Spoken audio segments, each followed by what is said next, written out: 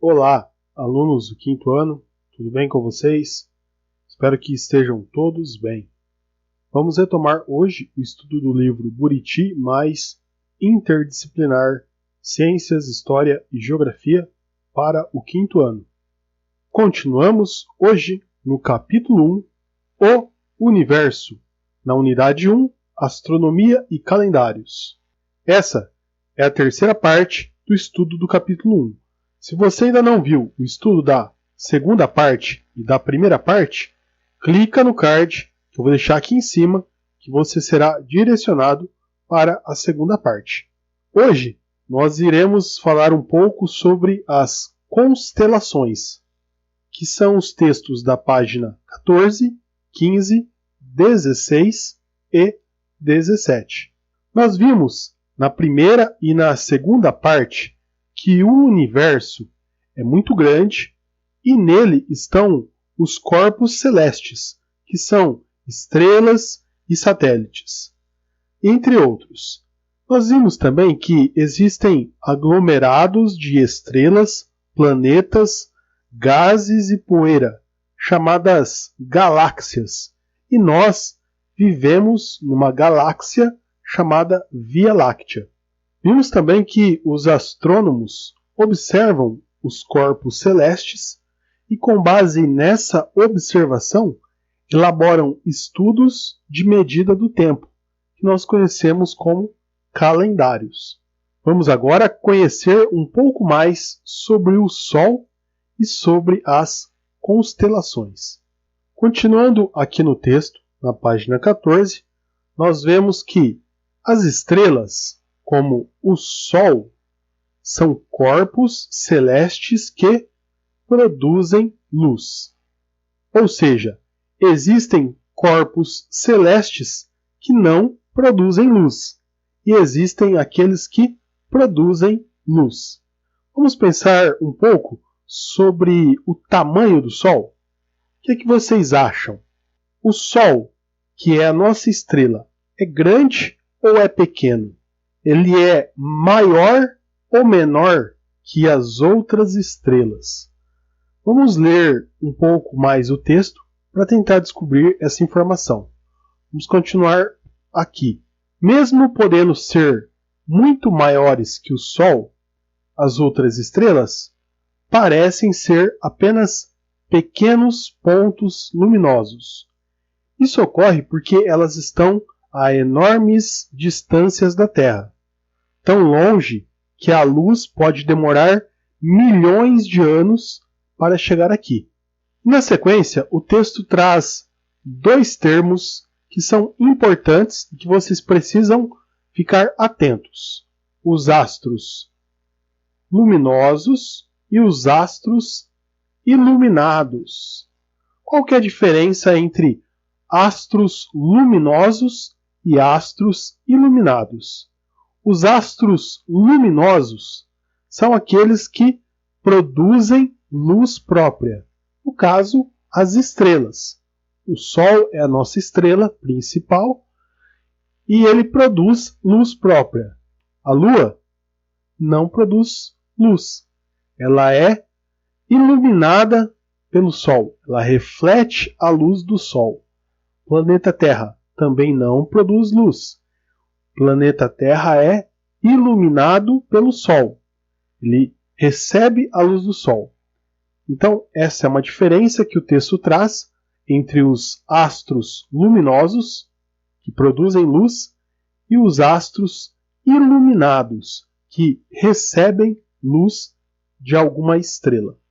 Bom, vamos retomar então agora essa ideia que nós estávamos falando aqui em cima sobre o tamanho do Sol e esses pontinhos luminosos. Quando você olha para o céu, você vê esses pontinhos luminosos, você pode pensar, as outras estrelas são muito pequenas. Na realidade, não. Elas são muito grandes. É que elas estão a uma distância muito grande da Terra e parece que elas são pequenas. Agora, a título de curiosidade, vamos observar uma comparação do tamanho do Sol com outras estrelas e tentar imaginar se o nosso astro luminoso, que é o Sol, se ele é grande ou é pequeno em relação ao tamanho do universo e em relação às outras estrelas que, vistas de longe, parecem bem pequenininhas. Aqui eu trouxe uma imagem que não está no livro. Vamos dar zoom nela para ficar mais fácil de observar. Olha só, percebam.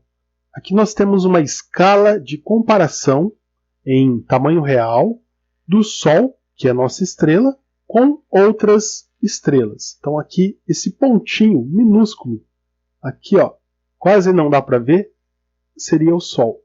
Depois tem esse aqui, branquinho, Sirius. Depois tem esse outro um pouquinho maior aqui. Depois temos aqui ó, Arcturus, Rigel, Aldebaran, Betelgeuse, Antares. Então percebam o tamanho das outras estrelas comparadas com o tamanho do Sol. Vamos pensar bem. O Sol é muito pequeno se for comparado com as outras estrelas. Para nós, que estamos aqui na Terra, o Sol parece que é muito grande. Porém, se comparado com outras estrelas que estão no universo, o Sol é muito pequeno. Ele é insignificante. Quando nós olhamos para o céu, vemos aqueles pontinhos de luz brilhando, as estrelas, nós achamos que são menores que o Sol, mas na realidade, muitas vezes são muito maiores do que o Sol. Vamos retomar agora, aqui no texto, para falar um pouco mais sobre as constelações. Vamos ler. Uma constelação é um agrupamento de estrelas. Vistas da Terra, as estrelas que formam uma constelação parecem estar próximas, porém, elas estão distantes umas das outras. Então é bem tranquila essa ideia. O que são as constelações? Agrupamentos de estrelas, grupos de estrelas. E vistas aqui da Terra, parece que elas estão próximas uma da outra, mas na realidade elas estão muito distantes. O texto segue mostrando que as civilizações antigas costumavam olhar para o céu noturno e ligar as estrelas mais brilhantes e formar desenhos. Esses desenhos representavam personagens da cultura. Está aqui, ó. Ao longo do tempo, em diferentes culturas, foram atribuídos nomes aos desenhos que as constelações formam no céu. Essas linhas, pessoal, que ligam esses grupos de estrelas, elas não existem de verdade, mas as pessoas costumam imaginá-las para construir essas imagens. E cada constelação recebe um nome conforme o formato que pode ser imaginado.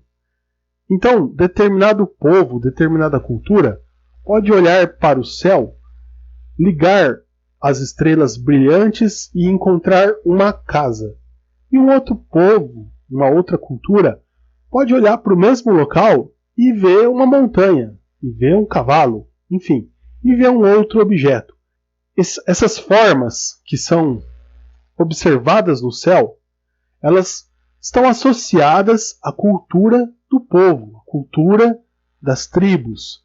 O texto traz aqui o exemplo do Cruzeiro do Sul. Acompanhe comigo. O Cruzeiro do Sul, por exemplo, é uma constelação que lembra o desenho de uma cruz, formada pela ligação de 5 estrelas. Então nós temos aqui uma estrela, mais uma aqui, 3, 4 e tem uma aqui no meio também. E aí forma-se esse símbolo aqui, que é dado o nome de Cruzeiro do Sul. Repetindo, essas linhas que ligam as estrelas, elas não existem de verdade. Elas são imaginadas. Eu vou trazer um exemplo que explica essa ideia das linhas. Você provavelmente já fez esse tipo aqui de atividade. Você liga os números e descobre qual é a imagem. É uma ideia parecida. Mas ao invés de números, os povos antigos ligavam as estrelas e descobriam desenhos, imagens associados à sua cultura. Então é mais ou menos esse exemplo, você liga pontos, liga sinais brilhantes no céu e constrói imagens e dá a essas imagens o nome que você achar mais interessante. O texto segue mostrando que no Brasil é possível ver em determinada época do ano a constelação de Escorpião e em outra época do ano nós vemos a constelação de Órion, que é essa imagem aqui ao lado.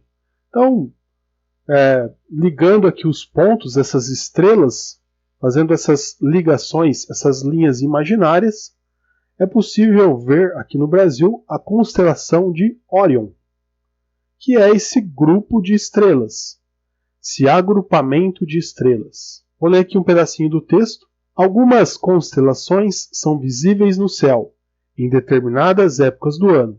No Brasil, por exemplo, a constelação de Escorpião pode ser vista a partir da metade do mês de junho ao anoitecer. Aqui na legenda nós temos que a constelação de Órion, de acordo com a mitologia grega, Órion era um gigante caçador. Como eu disse, uma figura mitológica da cultura grega deu o nome para esse agrupamento de estrelas. E o texto segue mostrando que uma das maneiras de se provar que nosso planeta Terra está em movimento é observando o céu da cidade, aqui no exemplo de Campos do Jordão, em duas épocas diferentes do ano. Então, o texto aqui tenta simular o mesmo local, né? Percebam as mesmas casinhas, a mesma paisagem, porém observadas em épocas do ano diferente. Então aqui é o mês de junho e aqui é o mês de dezembro. Observando o céu de Campos do Jordão em dois períodos diferentes, em 2 meses diferentes, você consegue perceber no céu duas constelações diferentes. Aqui nós temos em junho o Escorpião, constelação de Escorpião, e aqui em dezembro nós temos na mesma região aqui a constelação de Órion. E por que nós temos isso? Por que isso acontece? Porque, como nós já estudamos, o planeta Terra não está parado, ele está em movimento. Então perceba aqui uma outra imagem que não está no texto, eu trouxe aqui de apêndice. Aqui nós temos o planeta Terra no mês de junho e aqui o planeta Terra no mês de dezembro. No mês de junho, essa região aqui está voltada para o Sol. No mês de dezembro é outra parte do planeta Terra que está voltada para o Sol. Então, dessa forma, nós podemos dizer que cada constelação é vista no céu em uma época diferente do ano e marca o início de uma determinada estação. Então, como a Terra está em movimento ao redor do Sol, aqui nesse período de junho é uma estação do ano e aqui está marcando o inverno e aqui desse outro lado outra estação do ano representada aqui pelo verão.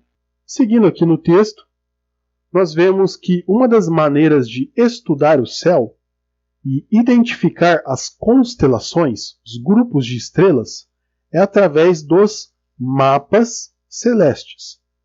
E é importante, pessoal, lembrar que não existe um único mapa celeste. O mapa vai se modificar dependendo do local, data e hora que você estiver observando o céu. Ou seja, duas pessoas diferentes observando o mesmo céu em diferentes locais terão visões diferentes do céu. Serão 2 mapas celestes diferentes. Então, uma das maneiras de fazer esse estudo é observar o mapa celeste. Eu vou ler aqui para vocês a legenda. O mapa celeste para o município de Araxá, em Minas Gerais, para o dia 10 de outubro de 2020, às 21 horas. Nesse exemplo, às constelações de Aquário e Capricórnio estão no centro do céu para o observador. Então aqui no meio nós temos, não dá para vocês ver talvez, Capricórnio e Aquário. Constelações de Capricórnio e de Aquário. Para finalizar essa parte do estudo, vamos ler o texto para ver como os povos indígenas brasileiros enxergavam o céu e como dão nomes às constelações e utilizam esses corpos celestes para marcar o tempo. Acompanhe comigo a leitura. As constelações e os povos indígenas. Os povos indígenas brasileiros também levam em consideração a distribuição das estrelas no céu para formar os desenhos das constelações. Entre os desenhos formados por esses povos estão divindades religiosas, animais da floresta, como a onça e o tamanduá. Por meio das constelações, ainda hoje esses povos identificam épocas do ano adequadas para plantar, colher e realizar festas religiosas. Como eu disse anteriormente, povos diferentes, de culturas diferentes, olham para o céu e veem os mesmos grupos de estrelas e podem dar para esse grupo de estrela nomes diferentes, de acordo com sua cultura, com sua religião, com suas tradições. E aqui nós estamos vendo então que na tradição dos povos indígenas aqui do Brasil, nós temos um desenho que representa aí uma figura da cultura indígena. Vou ler aqui para vocês. Em dezembro, o aparecimento da constelação do Homem Velho marca o início do verão para alguns povos indígenas do sul do Brasil e o início do período de chuvas para alguns povos indígenas do norte do país. Então, aqui para os indígenas, essa é a constelação do Homem Velho. Parece mesmo, né, pessoal? Um homem segurando uma muleta, segurando uma bengala. Finalizamos por aqui, então, o estudo dessa parte das constelações. Eu quero deixar para vocês 3 recadinhos finais. Primeiro, inscreva-se no meu canal do YouTube, Ensaios Pedagógicos. Deixe o seu like no vídeo e escreva um comentário. Nos vemos no próximo vídeo que iremos tratar sobre o Sistema Solar. Até a próxima. Tchau!